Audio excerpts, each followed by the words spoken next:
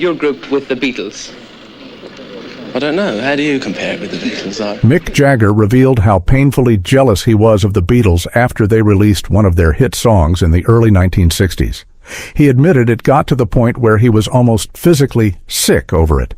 Eventually, he confessed he had to ask for their help to succeed. In the 1960s, the Beatles and the Rolling Stones were two sides of the same coin.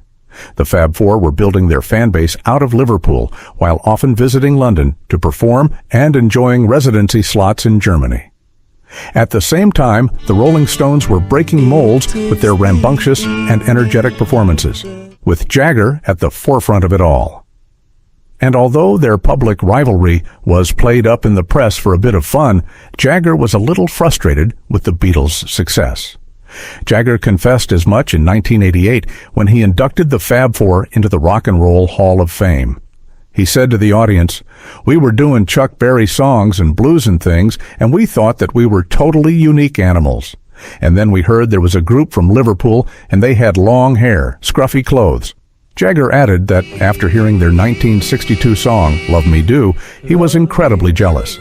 He confessed that this song was what eventually pushed him over the edge into envy.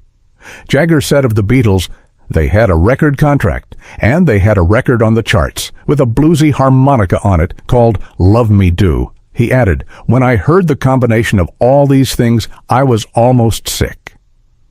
Shortly thereafter, Jagger's friendship with the Fab Four grew, and before long, they started sharing material with one another. Eventually, one of the songs gifted to the Rolling Stones by the Beatles catapulted the band into stardom. The Beatles songwriters Paul McCartney and John Lennon wrote I Want to Be Your Man for the Rolling Stones in 1963. Jagger recalled the moment years later, saying, "We knew the Beatles by then, and we were rehearsing, and Andrew brought Paul and John down to the rehearsal. They said they had this tune. They were really hustlers then. I mean, the way they used to hustle tunes was great." The singer described the Beatles as saying, "Hey Mick, we've got this great song for you." "So they played it," Jagger recalled, "and we thought it sounded pretty commercial, which is what we were looking for." Jagger added, "I haven't heard it for ages, but it must be pretty freaky because nobody really produced it. It was completely crackers." He went on, "But it was a hit and sounded great on stage." The Rolling Stones then released I Want to Be Your Man and had great success with it.